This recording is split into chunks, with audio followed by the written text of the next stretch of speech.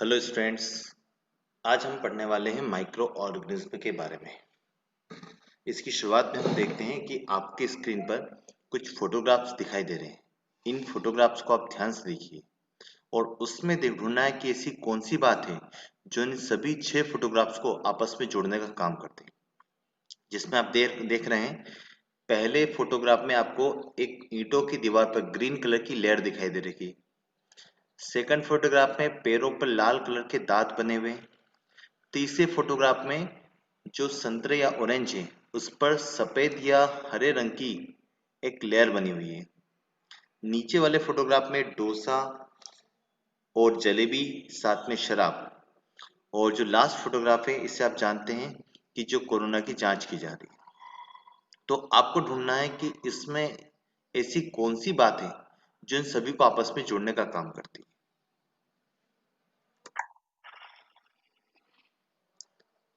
अगर आपका आंसर सही है तो वो आंसर है माइक्रो ऑर्गेनिज्म।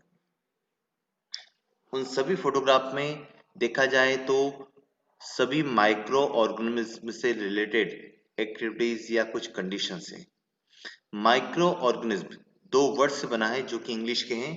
माइक्रो माइक्रो का मतलब होता है सूक्ष्म या बहुत छोटा, और ऑर्गेनिज्म यानी जीव, जिसका मतलब हुआ ऐसे जीव जो बहुत छोटे होते हैं। और ये इतने छोटे होते हैं कि इनको देखने के लिए माइक्रोस्कोप की आवश्यकता होती है। ऐसे जीवों को हम माइक्रो ऑर्गेनिज्म कहते हैं। An organism that can be seen only through a microscope is called micro organism. तो माइक्रो ऑर्गेनिज्म को आप समझ चुके होंगे। अब आप मन में ये सोच रहे होंगे कि माइक्रो ऑर्गेनिज्म आखिर कितने छोटे होते होंगे। तो इसको हम इस फोटोग्राफ को देख के इसका हम कंपैरिजन कर सकते हैं। आप इस फोटोग्राफ में देखिए, जो एक ब्लैक कलर का मनुष्य का बाल दिखाई दे रखा है, इसकी जो डायमीटर है, इसका डायमीटर है 60 माइक्रोमीटर।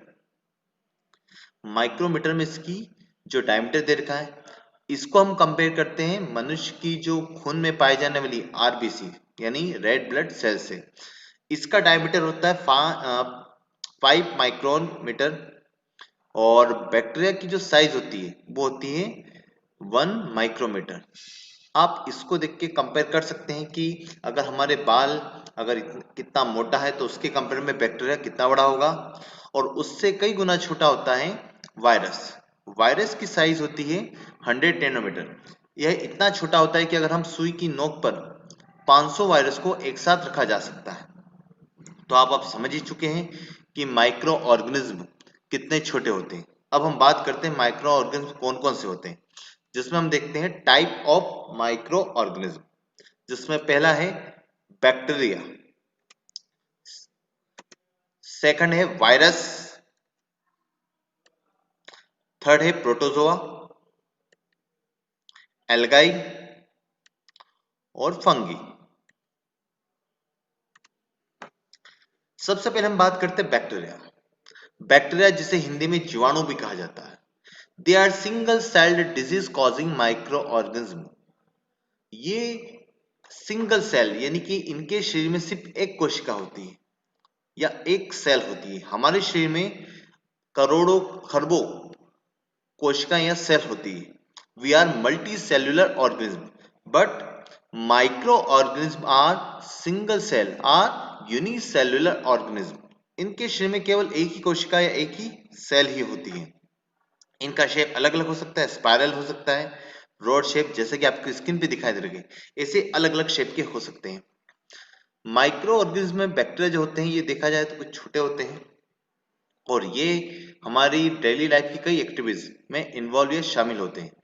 जैसे जो हम दही जमाते हैं, दूध को दही में बदलने का जो काम करता है एक बैक्टीरिया ही करता है, जिसका नाम है लैक्टोबैसिलस। यह बैक्टीरिया क्या करता है, दूध के अंदर पाई जाने वाली शुगर को, लैक्टिक शुगर को लैक्टिक एसिड में बदल देता है, जिससे हमको दही मिलता है। और भी कई तरह की डेली लाइफ एक्टिविटीज में हम बैक्टीरिया को यूज करते हैं। कई तरह की बीमारियां होती हैं वो भी बैक्टीरिया से होती हैं, जैसे chicken pox, small pox, typhoid. ये कुछ बीमारियां हैं जो बैक्टीरिया की वजह से होती है। अगला है वायरस। वायरस यानी विषाणु। आजकल वायरस के बारे में कौन नहीं जानता। सभी के मुंह मुंह जवान ये वर्ड है, कोरोना वायरस। वायरस देखा जाए तो ये ज्यादातर लिविंग्स या सजीवों प्लांट्स में बीमारी पैदा करने के काम करते हैं। वायरस को लिविंग और नॉन लिविंग के बीच की स्टेज माना जाता है, यानी ये लिविंग भी है और नॉन लिविंग भी। किसी लिविंग के अंदर ये लिविंग की तरह ट्रीट करता है, पर अगर किसी लिविंग या होस्ट ऑर्गेनिज्म से अगर बॉडी से बाहर निकाल देते हैं तो एक नॉन लिविंग की तरह बिहेव करता है। इसलिए इसे लिविंग और नॉन लिविंग दोनों के बीच की कंडीशन माना जाता है। वायरस से होने वाली बीमारी, जिसमें आप तो एक जानते होंगे, कोविड-19 या कोरोना वायरस से होने वाली बीमारी। इसके अलावा जो कॉमन कोल्ड यानी सामान्य सर्दी जुकाम, ये भी इसी से बीमारी होती है। पागल कुत्ते के काटने से होने वाली बीमारी हाइड्रोफोबिया, वो भी एक वायरस होती है जिसका नाम है रेबीज या रेबीज वायरस। पोलियो नाम की बीमारी भी पोलियो वायरस से होती है। तो देखा जाए तो वायरस स्पेशली मनुष्य, जानवरों और पौधों में बीमारी पैदा करने के काम करता है। प्रोटोजोआ। प्रोटोजोआ का मतलब होता है फर्स्ट ऑर्गेनिज्म, यानी पहला जीव। प्रोटोजोआ देखा जाए तो माइक्रो ऑर्गेनिज्म में देखा जाए तो बड़े होते हैं। वायरस सबसे छोटा, बैक्टीरिया उससे थोड़े बड़े, और सबसे बड़े प्रोटोजोआ। प्रोटोजोआ में सबसे फेमस है amoeba, paramecium, plasmodium. They are unicellular multi cellular organism. ये यूनिसेल्युलर हो सकते हैं, मल्टी सेल्युलर हो सकते हैं। ये जो गंदे पानी में पाए जाने वाले माइक्रो ऑर्गेनिज्म हैं, जिसकी वजह से कई बार गंदा पानी पीने की वजह से बीमारी हो जाती है, जिसमें डायरिया होता है, ये अमोबा की वजह से होता है। अलगाई, शैवाल। आपने देखा होगा, अगर किसी जगह पर पानी बहुत लंबे समय से अगर रुका हुआ है तो वहां पर ग्रीन कलर की एक लेयर बन जाती है, जिसे सामान्य भाषा में कच्ची भी कहा जाता है। इसे एल्गाई कहते हैं। ये ग्रीन कलर की होती है क्योंकि इसमें प्लांट्स की पत्तियों की तरह क्लोरोफिल पाया जाता है, जिसकी वजह से ग्रीन कलर की होती है। यह सनलाइट में फोटोसिंथेसिस कर सकती है, जिसकी वजह से ये ऑटोट्रॉप्स होते हैं और अपना फूड खुद प्रिपेयर करते हैं। एल्गाई में फेमस है स्पायरोगायरा, स्वाडोमोनास, ये कुछ खास एल्गाई है। एल्गाई समुद्र में भी पाई जाती हैं। कुछ जगहों पर जैसे चाइना और जापान में इसका यूज भोजन की तरह भी किया जाता है। ज्यादातर ये एल्गाई बहुत ज्यादा अगर क्वांटिटी में वाटर बॉडीज में होती है तो उसकी वजह से वाटर बॉडीज यानी कि नदी तालाब का पानी बदबू मारने लगता है, खराब होने लगता है। कुछ एल्गाइज का यूज हवन सामग्री बनाने के लिए भी किया जाता है। फंगी, जिसे सामान्य भाषा में फफूंद भी कहा जाता है। आपने देखा होगा बारिश के मौसम में कई बार खाने की चीजों पर, लेदर या चमड़े के सामान पर, कागज पर एक सफेद रोएदार लेयर्स बन जाती है, जिसे फफूंद भी कहा जाता है। इसके अलावा आपने बारिश के मौसम में बेकार या सड़ी हुई लकड़ी पर जो फफूंद होती है, जिसमें मशरूम, ये आपने इसे देखा होगा। यह भी एक तरह की फफूंद है। यह फफूंद जो होती है ये ज्यादातर सड़ी गली चीजों पे आती है। इन चीजों से अपना भोजन प्राप्त करने की कोशिश करते हैं। जैसे आप स्क्रीन पर देखेंगे, आपको राइट हैंड साइड पे दो जूते दिखाई दे रहे हैं। इसमें लेफ्ट वाला जो व्हाइट दिखाई दे रहा है, इस पे फंगस की लेयर बनी हुई है, जिसके कारण वो सफेद दिखाई दे रहा है। ऐसी लेदर की चीजों पर या चमड़े के सामान पर इस तरह से फंगस आ जाती है और इन्हें खराब कर देती है। कुछ खाने की चीजों पे भी हमको ये दिखाई देती है। आप अगर देखेंगे कभी, अगर ब्रेड को अगर या रोटी को अगर गीला करके रख देंगे तो कुछ दिनों बाद उस पर सफेद सी लेयर आ जाएगी। इसे फंगस कहा जाता है। कुछ फंगस या फफूंद को खाने में भी यूज किया जाता है, जिसमें मशरूम, जो आपको स्क्रीन में नीचे राइट साइड में दिखाई दे रहा है। कुछ फंगस का यूज एंटीबायोटिक मेडिसिन जैसे कि पेनिसिलिन बनाने में भी किया जाता है। और कुछ फंगस जो होती है ये बॉडी पर जो दाद यानी कि जो रिंग वर्म आपने देखा होगा, ये सबसे बीमारी पैदा करने का भी काम करती है। अब माइक्रो ऑर्गेनिज्म हमारे दोस्त हैं या दुश्मन हैं, इसको हम डिसाइड करने के लिए नेक्स्ट स्लाइड देखते हैं। एडवांटेजेस ऑफ माइक्रो ऑर्गेनिज्म, सूक्ष्म जीवों से जो हमें फायदे होते हैं, जिसमें हम पहला देखते हैं। Some micro organism like yeast are used for production of alcohol. कुछ सूक्ष्म जीवों का जैसे यीस्ट, जिसे हिंदी में खमीर भी कहा जाता है, इसका उपयोग शराब के उत्पादन में और कुछ फलों, कुछ फूड प्रोडक्ट्स जैसे ब्रेड, चीज, जलेबी, खमण, डोसा आदि बनाने के लिए भी इसका यूज किया जाता है। Some bacteria like rhizobium are used to increase soil fertility by fixing nitrogen.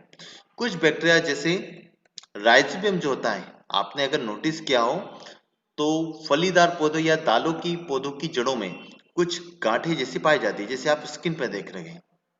इनके अंदर राइजोबियम नाम का बैक्टीरिया पाया जाता है। ये बैक्टीरिया क्या करता है, एटमॉस्फेयर की नाइट्रोजन का फिक्सिनेशन करके प्लांट्स को देता है, जिसकी वजह से प्लांट्स अच्छे से ग्रोथ कर पाता है। इस प्रकार से प्लांट्स की ये जो बैक्टीरिया है मदद करता है नाइट्रोजन को कैप्चर करने में। अगला जो बैक्टीरिया होता है लैक्टोबैसिलस, इसके बारे में हम बात कर चुके हैं। इसका यूज दूध के अंदर जो शुगर होती है उस शुगर को दही में बदलने में, यानी कि लैक्टिक एसिड में बदलने में किया जाता है।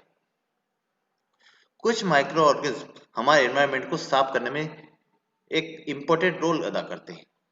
आपने देखा होगा, मान लेते कोई डेड बॉडीज होती है तो कुछ समय बाद ऑटोमेटिक अपने आप डिकम्पोज हो जाती है, जिसकी वजह है माइक्रो ऑर्गेनिज्म। इस तरह से अगर हम इन पॉइंट्स को देखते हैं तो माइक्रो ऑर्गेनिज्म हमारी लाइफ में बहुत ही इंपॉर्टेंट रोल अदा करते हैं। हमारी बॉडी में भी कुछ गुड बैक्टीरियाज होते हैं, गुड माइक्रो ऑर्गेनिज्म होते हैं, जो हमको स्वस्थ रहने में, हमारे फूड को डाइजेस्ट करने में मदद करते हैं। आपके हाथों में भी इस समय दुनिया की पॉपुलेशन जितने माइक्रो ऑर्गेनिज्म हैं, आप सैनिटाइज करें तब जरूर नहीं रहेंगे। अब बात करते हैं डिसएडवांटेजेस ऑफ माइक्रो ऑर्गेनिज्म, यानी माइक्रो ऑर्गेनिज्म से नुकसान क्या क्या है।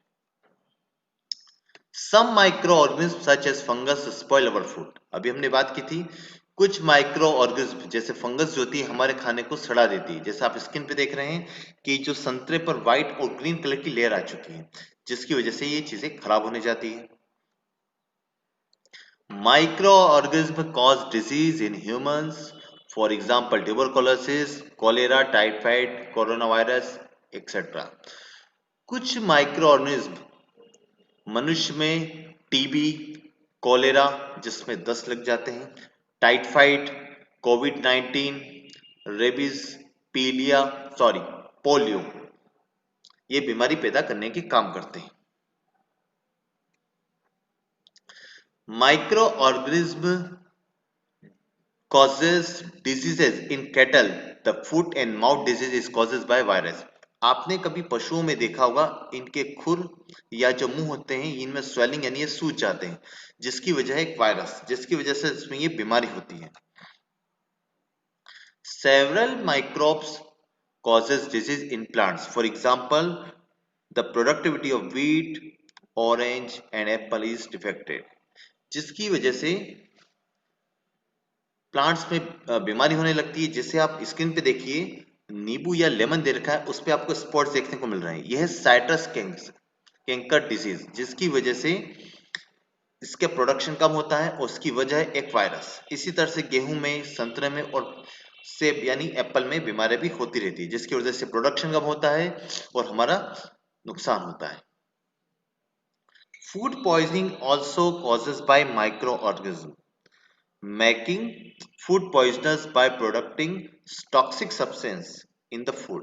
कुछ बैक्टीरिया क्या करते हैं, फूड प्रोडक्ट को डिकम्पोज करके टॉक्सिक सब्सटेंस बनाते हैं, जिसकी वजह से खाना जहरीला हो जाता है और जिसकी वजह से कई बार मृत्यु या लोग बीमार पड़ जाते हैं। आपने कई बार सुना होगा कि फूड पॉइजनिंग होने की वजह से कई लोग बीमार हो गए। शादियों में सुना होगा आपने कि जहरीला खाना खाने से या जहरीली सब्जी या जहरीली मिठाई खाने से बाराती हुए बीमार। उसकी वजह होता है कि बैक्टीरिया जो खाने में उसको डिकम्पोज करके उसमें पॉइजन यानी जहर पैदा करता है, जिसकी वजह से बीमार या मृत्यु भी हो सकती है।